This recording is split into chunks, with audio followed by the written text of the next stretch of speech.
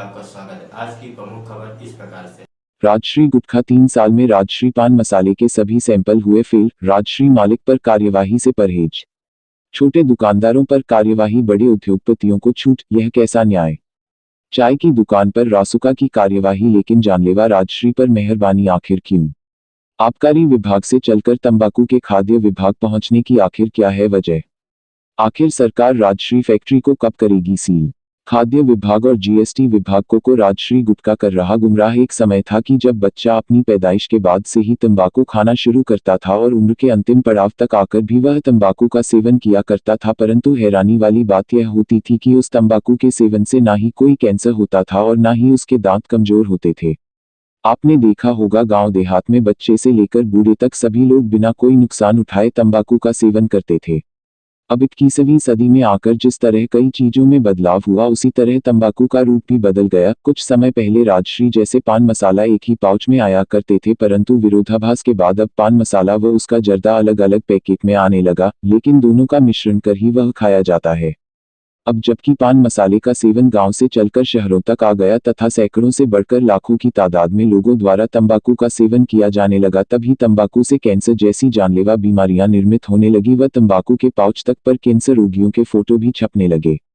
इसी के साथ एक बात और देखने में आई कि जहां भी तंबाकू का विज्ञापन दिखाया जाता है तब विज्ञापन के बाद यह भी बताया जाने लगा कि तंबाकू से कैंसर जैसी घातक व जानलेवा बीमारी भी होती है। एक रिपोर्ट के अनुसार मध्य प्रदेश में प्रतिवर्ष लगभग 10,000 लोगों को तंबाकू सेवन से कैंसर जैसी जानलेवा बीमारी होती है, जिसके इलाज पर सरकार द्वारा भी प्रतिवर्ष करोड़ों रुपए की धनराशि खर्च की जाती है। बात निकलकर सामने यह आई कि जब तंबाकू से कैंसर जैसी घातक बीमारी वजूद में आई तब खाद्य विभाग ने तंबाकू कंपनियों के सैंपल लेने शुरू कर दिए तथा सैंपल फेल होने पर तंबाकू कंपनियों को बंद करने का भी नियम बनाया गया। हालांकि नियम यह भी बना कि जो भी खाद्य पदार्थ मनुष्य की जान ले सकता हो उस पर पूर्णतः रोक लगाई जाए तथा ऐसे खाद्य पदार्थ बनाने वालों के विरुद्ध सख्त से सख्त कार्यवाही की जाए। देखने में आया कि सरकार द्वारा इस नियम के चलते अनेकों कार्यवाहियां भी की गई तथा फिलहाल अशोका गार्डन 80 फीट रोड स्थित फेमस चाय होटल पर बिक रही मिठाइयों की जब जांच की गई तब वहां का सैंपल फेल हुआ तथा उस चाय वाले पर रासुका के तहत कार्यवाही भी की गई, जो कि प्रशासन का सराहनीय कदम था। परंतु यह हैरानी वाली बात तो यह है कि पिछले 3 साल में राजश्री गुटखा के 11 सैंपल लिए गए जिसमें कि 10 सैंपल फेल हो गए, लेकिन सैंपल फेल होने के बाद भी राजश्री जैसी एक नामचीन गुटखा कंपनी पर कोई कार्यवाही नहीं की गई। राजश्री की बात की जाए तो राजश्री गुटखा अनेकों दूसरे गुटखों की तुलना में सबसे ज्यादा चलन में है तथा लाखों लोग उसका सेवन कर रहे हैं, जबकि उसके पिछले पुराने सैंपल फेल हो चुके हैं।